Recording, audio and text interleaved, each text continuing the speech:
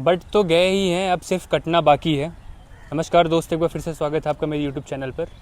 और जो मैंने जितना कुछ अभी तक समझा है यूजीसी के मुद्दे पर, मैं आप अपनी विचारधारा आज शेयर करने जा रहा हूँ आपके साथ।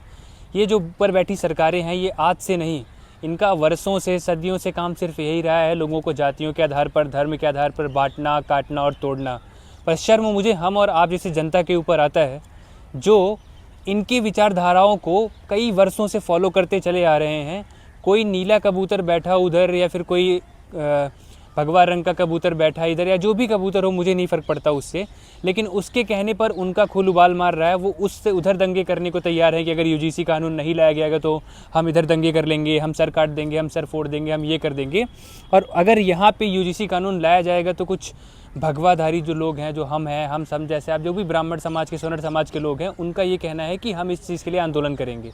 अब देखिए प्रोपेगेंडा सरकार का यहाँ पे कि 27 में चुनाव नज़दीक है, और उन्होंने किस तरीके से जो है हमारे नीले जो छोटे कास्ट के लोग हैं उनको अलग तरीके से दबदबा बना दिया, और जो बड़े कास्ट के लोग हैं उनका अलग तरीके से। अब इन दोनों के बीच जो है जो चीज़ें जैसे चल रही थी, उनको मारना, काटना, तोड़ना, इन सब में बिजी कर दिया, और जो देश के कई सारे असली रियल मुद्दे हैं उनको भूल गए, उनको हटा दिया अपने इनसे।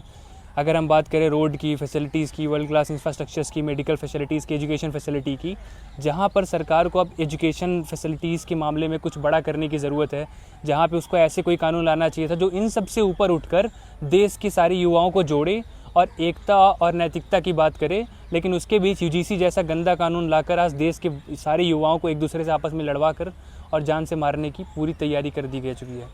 अब पूरी तरीके से बटे हुए ये कास्ट सिस्टम में जो हमारे लोग हैं, ये बहुत जल्दी एक ऐसा मोड़ लेने वाले हैं जिससे देश में बहुत ज़्यादा दंगे का माहौल बन सकता है और देश की स्थिति जो है बहुत ज़्यादा ख़राब हो।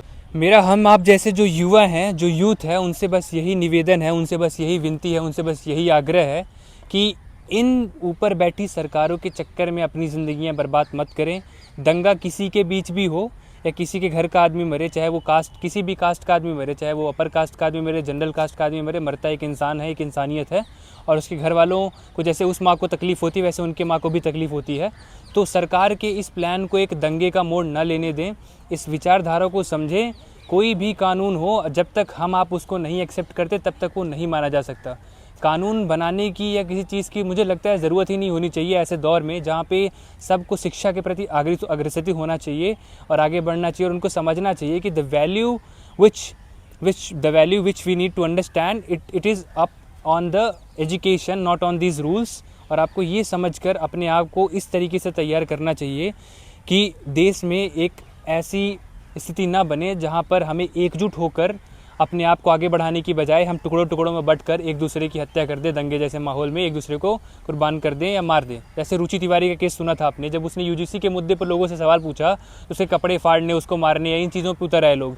अब क्योंकि वो स्वर्ण समाज की लड़की थी, तो उसके चक्कर में जो स्वर्ण समाज के लोग थे उनका खून गुस्से से उबल चुका है, तो उन्होंने बोला कि हम उस लड़की को मारेंगे, चाहे वो किसी भी कास्ट की हो या कुछ भी हो। इस तरीके से पूरा दंगे का माहौल बन चुका है, जो कि बिल्कुल सही नहीं है।